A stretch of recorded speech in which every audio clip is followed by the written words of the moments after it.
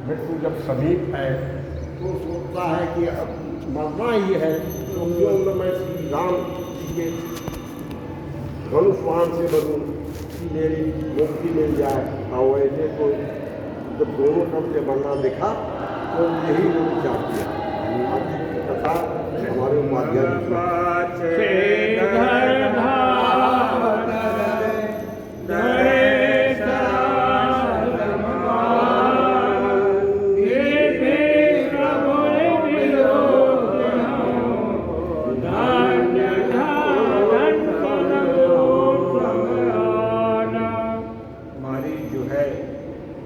के प्रति अपने मन में कल्पना करते हुए जाता है कि आज मैं भगवान को बार बार पीछे मुड़ते हुए देखता रहूँगा। आज एक प्रेमिका प्रेमी के पीछे दौड़ेगा, इस भाव को देखते हुए वह पंचवटी में पहुँचता है। इस प्रसंग से हमने एक बात ये भी देखा, कल हमारे सैनी जी ने इस भाव को कहा कि अब तक जितना मामा लोगों का प्रसंग है वो सब कंस और शकुनी जैसा ही लोगों के बीच में है, लेकिन आज मारीच एक ऐसा मामा साबित हुआ जिसने भांजे को सत्कर्म के लिए प्रेरित किया कि नहीं सत्कर्म करो। भांजा नहीं माना, सत्कर्म नहीं किया, वो अलग प्रश्न है, अलग बात है, लेकिन ये पहला मामा ऐसा मिला जिसने भांजे को सत्कर्म के लिए प्रेरित किया। अब आगे का प्रसंग देखिए।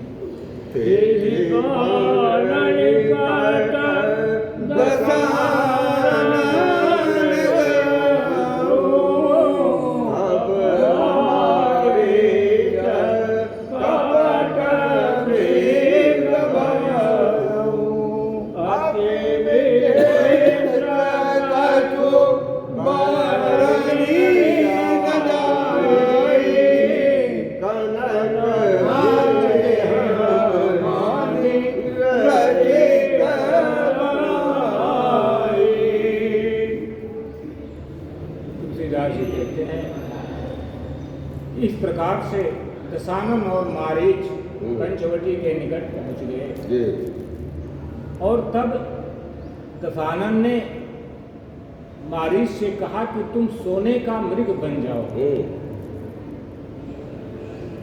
दशानन को सोने के सिवा, स्वर्ण के सिवा और कुछ दिखाई नहीं पड़ता, क्योंकि वह सोने की लंका में रहता है, सोने के लंका में रहता है और उसका स्वभाव सिर्फ सोना है। सोना और धन इन्हीं सब चीजों में लगा हुआ है। वो सत्कर्म नहीं कर सकता है, उसने पहले ही बता रखा है, सत्कर्म नहीं कर सकता। तो इन्हीं सब बातों में उसका ध्यान लगा रहता है, तो उसको और कुछ नहीं सूझा, यही कहा कि सोने का हिरण बन जाओ। तुलसीदास जी लिखते हैं और वाल्मीकि रामायण में इसका विशेष वर्णन आता है कि वो सोने का मृग कैसा बना। उसके सिंग जो हैं वो रत्नों के बने और उसके खुर में मड़ियां लगी हुई, पूरा शरीर ऐसा बना हुआ है। तुलसीदास जी ने भी इशारा किया है कि कनक देह मन रचित बना है। बिजली जब आकाश में चमकती है उस समय जो बिजली की जो चमक स्वर्णिम आभा दिखाई पड़ती है, उतना स्वर्णिम आभा, उतना शुद्ध सोना। जिस तरह से सोने में भी कई क्वालिटी है, कोई लाल वाला होता है, कोई पीला वाला होता है, कोई कितने कैरेट का है उसके हिसाब से, उसके हिसाब से उसके सोना पीलेपन में अंतर हो जाता है।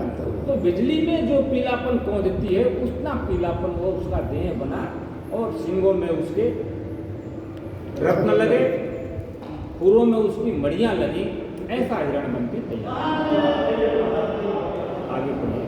सीता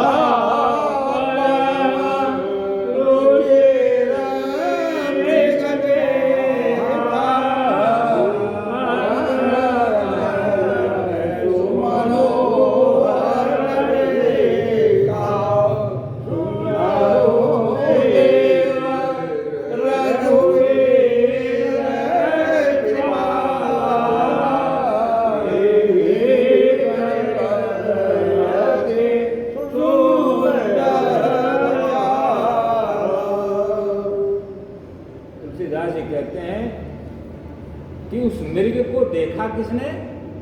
सीता परम रुचिर मृग देखा। ये उल्टा भाव है। क्यों? मृग अर्थात हिरण का शिकार क्षत्रिय करते हैं, जी पुरुष करते हैं, चिड़िया नहीं करती। तो राम लक्ष्मण दोनों उस कुटी में बैठे हुए हैं। तो प्रथम दृष्टि उनकी पड़नी चाहिए थी, क्योंकि वो क्षत्रिय हैं और वो हिरण है। अक्सर क्षत्रिय का धर्म है हिरण का शिकार करना। तो नजर तो उनकी पड़नी चाहिए थी, लेकिन न तो राम की नजर पड़ी और न तो लक्ष्मण की नजर पड़ी। किसकी पड़ी? सीता जी की। क्यों? अंग अंग सुमनोहर वेशा। क्यों सीता जी की नजर पड़ी? संतों का, विद्वानों का इसमें अलग अलग मत है। कहते हैं कि राम ज्ञान के भंडार, क्योंकि साक्षात ब्रह्म है, और लक्ष्मण परम बैरागी। तो ज्ञानी और बैरागी, इनकी नजर माया पे नहीं पड़ती। इनकी नजर सोना पर, धन पर, माया की चीजों पर नहीं पड़ती। ये विरक्त हैं उन चीजों से।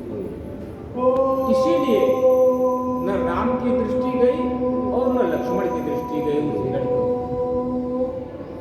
सीता जो अभी बैठी है वो भी सीता तो आदि शक्ति थी।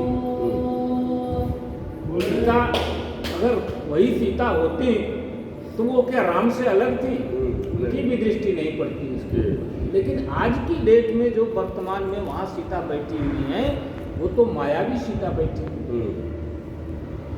असली सीता को तो राम ने छिपा दिया अग्नि में, या अपने उसमें प्रवेश करा लिया, अपने स्वरूप में प्रवेश करा लिया, जो उस दिन प्रसंग आया था। तो आज जो सीता बैठी है ये खुद भी मायावी। तो माया की दृष्टि ही माया पर सबसे पहले पड़ती है। इसीलिए सीता की ही दृष्टि सबसे पहले हिरण पर पड़ी। सीता ने ही देखा और तुरंत उन्होंने कहा कि परम रुचिर मृग देखा। ये परम रुचिर है। अंग अंग सुमनोहर वैसा, इसका एक एक अंग बड़ा ही सुंदर है। हे प्रभु सुनो देव रघुवीर कृपाला, यही मृग कर अति सुंदर छाला। इस हिरण का छाला हमको पहनने वाला जो कपड़ा है, क्योंकि वहां तो मृगछाला ही पहन रखा है इन लोगों ने, तो इसका पहनने वाला कपड़ा बड़ा सुंदर बनेगा। ऐसा करिए, आगे की लाइन पढ़िए, उसमें क्या कहती है?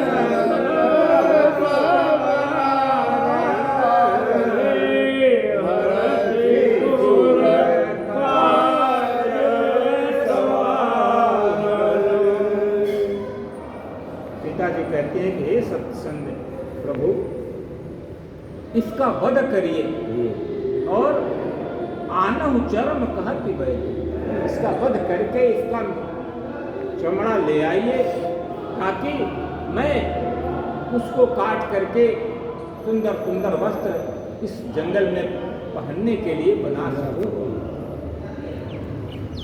इतना सुनने के पश्चात तुलसीदास जी कहते हैं कि सब रघुपति जानत सब कारण, उनको तो सब कारण पता है।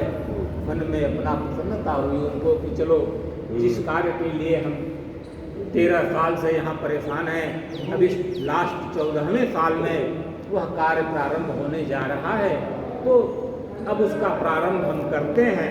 ऐसा विचार करके उठे हर्षि सूर काज सवारन, हर्ष होकर के, प्रसन्न होकर के देवताओं के काज को संवारने के लिए खड़े हो गए। मृग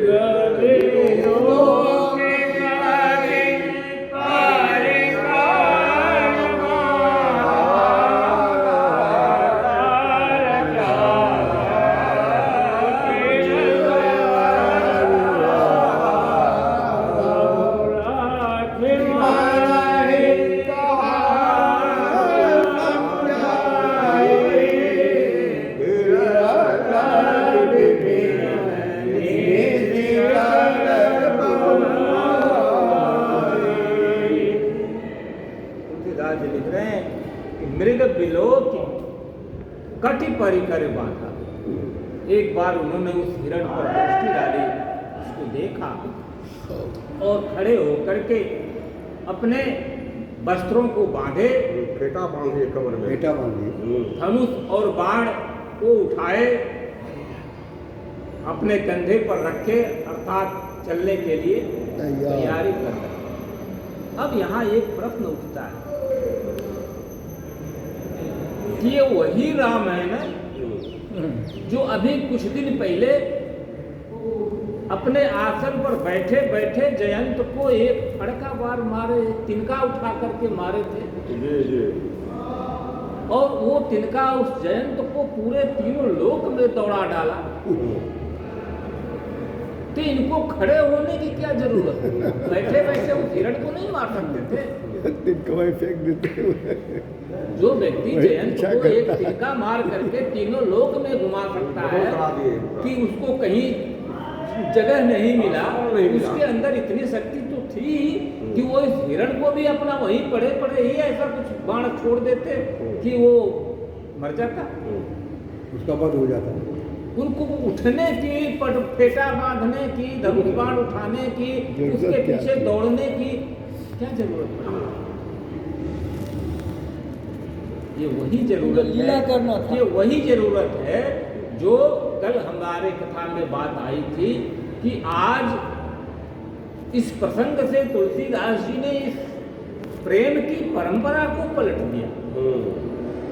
अब तक हम लोगों ने यही देखा है कि प्रेम में प्रेमी ही प्रेमिका के पीछे दौड़ता है। प्रेमिका जो है उसका जो आराध्य है, उसका जो एम है, लक्ष्य है, वो लक्ष्य तो अपनी जगह स्थिर रहेगा। लक्ष्य को प्राप्त करने वाला व्यक्ति ही परेशान होगा, वही दौड़ेगा, वही भागेगा। लेकिन आज इस प्रसंग में तुलसीदास जी ने इस बात को साबित कर दिया है, क्योंकि उनका जो भक्त है, आज का प्रेमी जो है, वो पहले से ही इसी बात की कल्पना करके आ रहा है कि मैं दौड़ूंगा और मेरे पीछे मेरी प्रेमिका, मेरा भगवान, मेरा इष्ट मेरे पीछे दौड़ेगा। तो आज इस परंपरा को पलटना था, इसलिए भगवान वो शक्ति रखते हुए भी कि वहीं बैठे बैठे वो बाण चला देते और वो हिरण मर जाए, उनको उठ को जाने की जरूरत नहीं। लेकिन इसलिए आज उन्होंने ये कहा। दूसरी एक बात और भी है भाई, राम जो है वो कौन है? सूर्यवंशी, सूर्य के वंश के रहने। तो जब तक सूर्यवंशी उपस्थित है, रावण जैसा निशाचर माने रात्रि काल सूर्य के रहते रात्रि कैसे उपस्थित होगी? नहीं हो सकती। रात्रि को आने के लिए सूर्य को तो दूर होना पड़ेगा, अस्त होना पड़ेगा। ये भी एक कारण है राम को उठ करके जाने का। वहीं बैठे बैठे बाण न मार करके उन्होंने ये भी एक कारण दिखाया कि अरे भाई, जब तक सूर्यवंशी वहाँ विद्यमान है, निशा का जो रात्रि है वो उसमें प्रवेश ही नहीं कर सकता, तो रावण आएगा ही नहीं, तो देवताओं का काम कैसे बनेगा? इसलिए राम को अपने आश्रम को छोड़ करके जाना पड़ा और इसकी उन्होंने तैयारी की। लक्ष्मण जी तुरंत वहीं टोकते हैं। तुलसीदास ने तो नहीं लिखा, लेकिन वाल्मीकि रामायण में ये बात आई हुई है। लक्ष्मण जी वहीं टोकते हैं, भैया क्या कर रहे हो? अरे वो मृग है, ऐसा भी कहीं मृग होता है क्या? ऐसा भी कहीं मृग होता है क्या? तुलसीदास जी ने इसका नहीं उल्लेख किया है, लेकिन वाल्मीकि रामायण में श्लोक आता है कि लक्ष्मण जी ने वही प्रतिवाद किया है कि ऐसा मृग नहीं होता, ये जरूर कोई राक्षस है जिसने भेष बदल करके यहाँ ये चलने का प्रयास कर रहा है। तो भगवान ने उनको समझाया कि लक्ष्मण, अगर ये राक्षस है, थोड़ी देर के लिए मान लो कि ये राक्षस ही है, तो उसका मैं वध कर दूं, और राक्षस नहीं है, मृग है, तो उसको उठा के ले आऊंगा सीता के लिए। तुमको घबराने की आवश्यकता नहीं है, इसलिए तुम शांत रहो। और क्या करो, प्रभु लक्ष्मण ही कहा समझाई, किरत बितन निश्चर बहु भाई। और लक्ष्मण जी से समझा करके कहते हैं, ये भाई आजकल जंगल में बहुत सारे राक्षस जो है वो घूम रहे हैं, इसलिए तुम सजग रहना। संत विद्वान यहाँ एक बात और शंका पैदा करते हैं कि चलो राम ने अपने ही पिता कस लिया, लक्ष्मण को आदेश भी तो दे सकते थे कि तुम मार दो, उनको जाने की क्या जरूरत है। लक्ष्मण को भी आदेश देते कि लक्ष्मण तुम जाओ और उस हिरण के मार को ले आओ। हर काम तो लक्ष्मण ही करते थे, फूल लेने, फल लेने, जंगल में सामान की व्यवस्था करने, ये सब लक्ष्मण की ही जवाबदारी थी। राम तो कहीं जाते नहीं थे। तो आज फिर राम को जाने की क्या आवश्यकता पड़ गई, लक्ष्मण को भी आदेश दे देते। विद्वानों का यहाँ एक मत है, पहले ही बताया कि राम ज्ञानी है और लक्ष्मण बैरागी। तो ऐसा देखने में आया है और ये सत्य है कि ज्ञानी व्यक्ति भी कभी कभी सोने के पीछे लालच कर सकते, बैरागी नहीं कर सकते, लेकिन बैरागी नहीं कर सकते। उससे क्या बैरागी अगर सही में बैरागी है, आज के बैरागी नहीं कि बैराग का संन्यास धारण कर लिया लेकिन सारा धन संपत्ति जो गृहस्थ के पास नहीं है वो उनके पास है। तपस्वी धनवंत गृहस्थ दुखी, गृहस्थ दुखी हैं, लेकिन आज के जो तपस्वी हैं बड़े बड़े बैरागी हैं, संत हैं, गिरुआ धारण किए हैं, लेकिन बैठेंगे सोने के सिंहासन पर, वो बात नहीं। लेकिन बैरागी अगर है तो वो सोने के पीछे नहीं, ज्ञानी थोड़ी देर के लिए धन के लोभ में पड़ सकता है। तो इसीलिए यहाँ दिखाया कि लक्ष्मण बैरागी हैं, तो लक्ष्मण कभी सोने के पीछे भागेंगे नहीं। इसीलिए राम ने लक्ष्मण को आदेश नहीं दिया, खुद ही गए, क्योंकि वो खुद ज्ञानी हैं। तो ज्ञानी के लिए थोड़ी देर के लिए माफ है कि वो धन के पीछे अगर भाग गया, धन के पीछे चला गया तो कोई दिक्कत नहीं। आगे बढ़े। सीता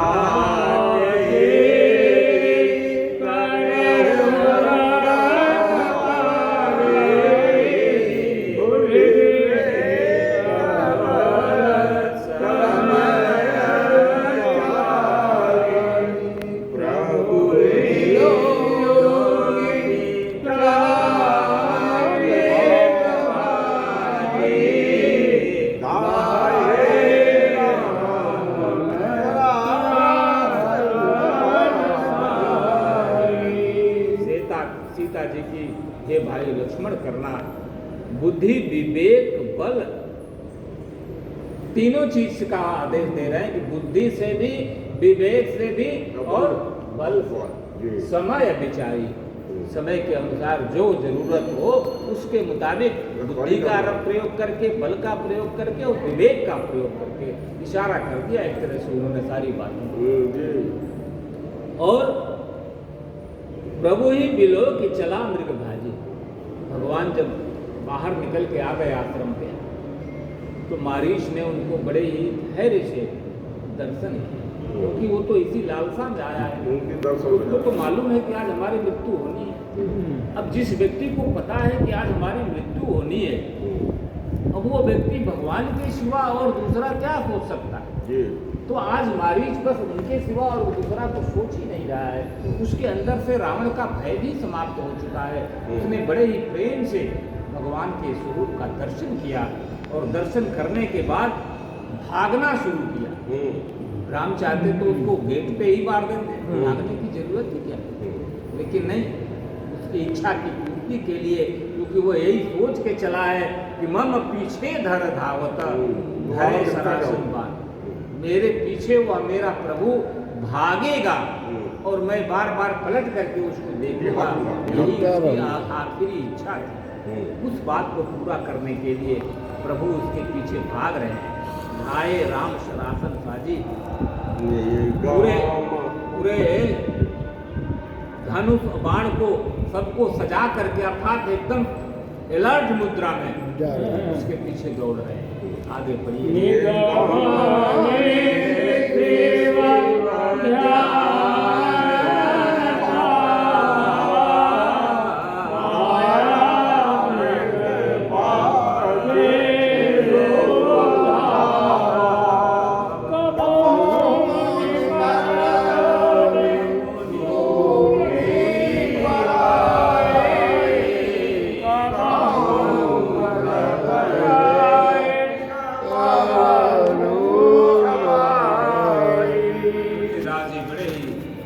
भाव में लिखते हैं, वाह क्या स्थिति है, बताओ।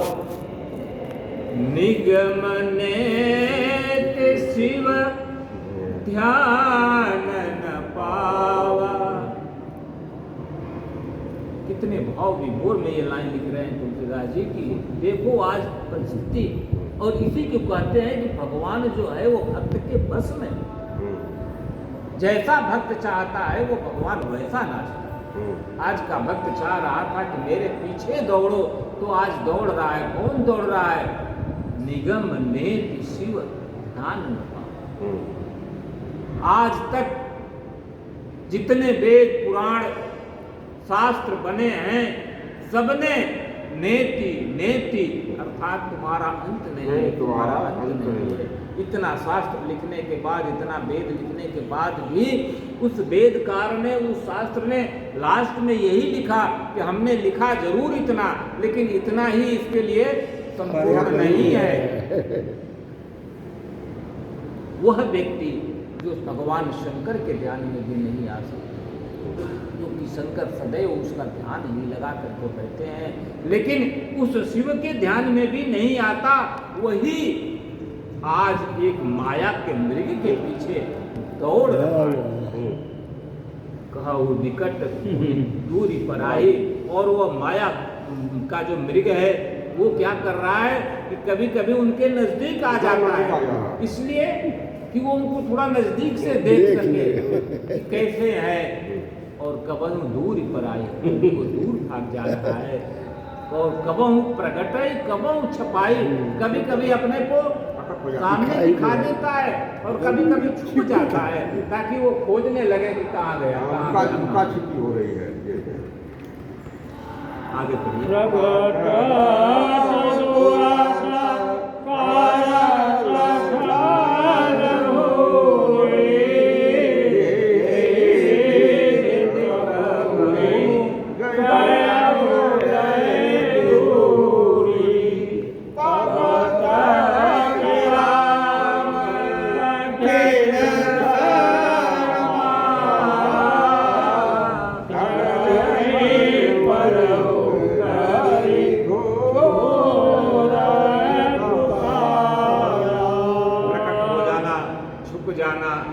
प्रक्रिया करते करते बहुत दूर तक वह हिरण भगवान को लेके गया उस पंचवटी व्यास। भगवान भी जानबूझ करके दूर जा रहे हैं, कोई उनके कपट से उनके ऊपर असर पड़ने वाला नहीं था। वो चाहते तो जहाँ चाहते वहीं मार देते, लेकिन वो भी दूर लेके भाग रहे हैं। क्यों? दशानन को अवसर मिल जाए पूरा पूरा, कि अपना काम कहीं ऐसा ना कि हम बहुत नजदीक में ही इस हिरण का वध कर दें और वो अपना काम न कर पावे, वो जो जिस उद्देश्य से आया है उसके उद्देश्य की पूर्ति न हो और हम यहाँ से वापस आ जाएं। इसीलिए जानबूझ करके वो दूर चले जा रहे हैं। और जब बहुत दूर चले गए तब उन्होंने, तब तक राम कठिन सर मारा, तब जाकर के भगवान राम ने अपना हत्ती का अनुसंधान करके थोड़ा और धरनी परव करी घोर पुकारा। बाण लगते ही वो हिरण जो है वो पृथ्वी पर गिर पड़ा, बोलते हुए, क्या बोलते हुए? आगे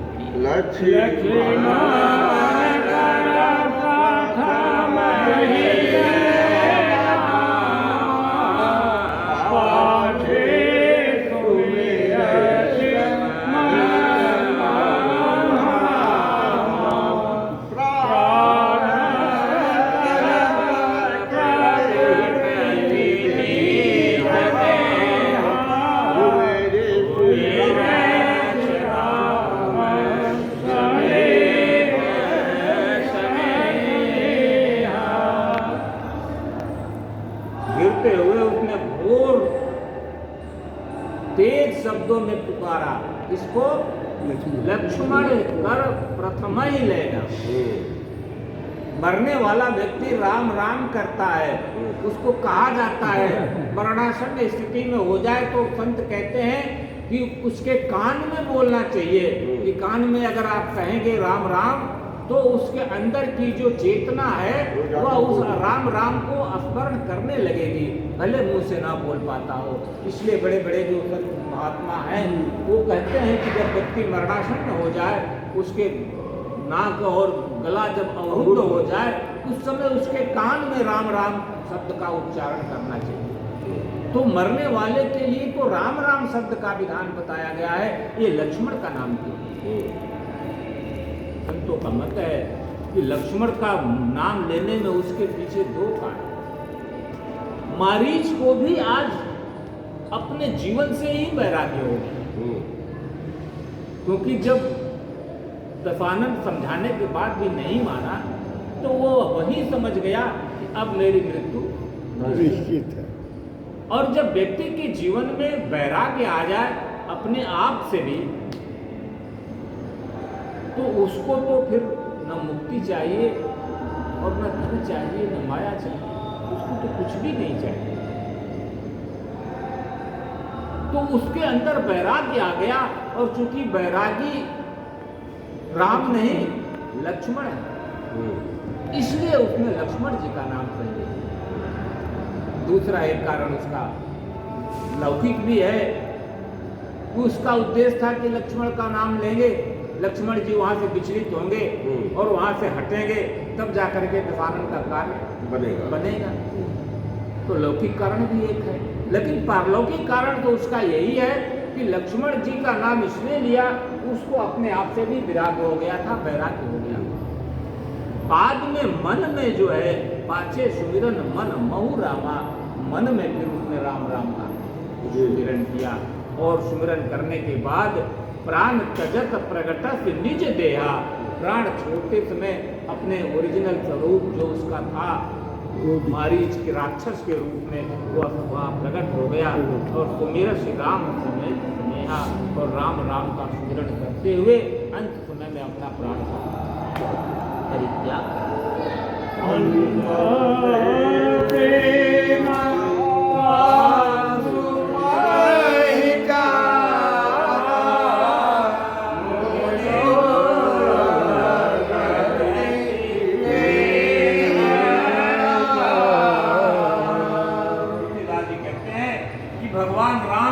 जब उसके नजदीक पहुंचे, उसको अपने मूल स्वरूप में देखा, मूल स्वरूप में राक्षस के रूप में देखा, तो उन्होंने सोचा, लेकिन अंतर प्रेम ताप पहचाना, उसके अंदर जो प्रेम था उसको राम ने पहचानते हुए मुनि दुर्लभ गति दीन सुजाना, जो बड़े बड़े मुनियों को, बड़े बड़े संतों को जो गति नहीं मिलती, दुर्लभ है, उस गति को भगवान ने विपुल सुमन सुर भरत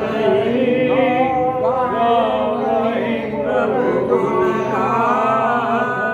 निज पद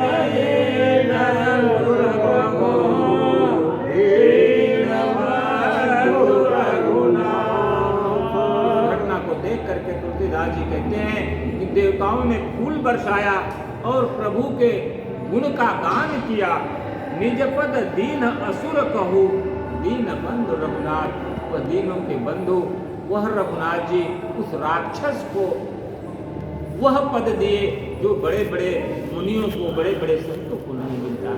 तो कहते हैं तुलसीदास जी यहाँ बताना चाहते हैं हम मनुष्यों को इस बात से कि जब एक राक्षस को, जिसने कि अपने जीवन में कभी भी कोई सत्कर्म नहीं किया, कभी कोई अच्छा काम नहीं किया, हमेशा लोगों को सताने का, लोगों को कष्ट देने का ही काम किया है, ऐसा व्यक्ति भी अगर एक दिन संजोग से रावण अगर नहीं गया होता उसके पास, तो शायद उसके दिमाग में भी सत्कर्म की बात नहीं आती। रावण के जाने से उसके दिमाग में सत्कर्म की बात आई और उसको लगा कि हमारी मृत्यु निश्चित है, तो अपनी मृत्यु को देखते हुए वह राम के प्रेमी बन गया। इससे पहले वो राम का प्रेमी थोड़ी था, अक्सर में लड़ाई तो किया था ना उसने, चले गए थे, लेकिन आज उसके मन में सिर्फ एक दिन के उसके प्रेम ने उसको वह गति प्रदान करा दिया जो गति बड़े बड़े मुनियों को, बड़े बड़े संतों को दुर्लभ थी, वह गति आज मारीच को मिल गया।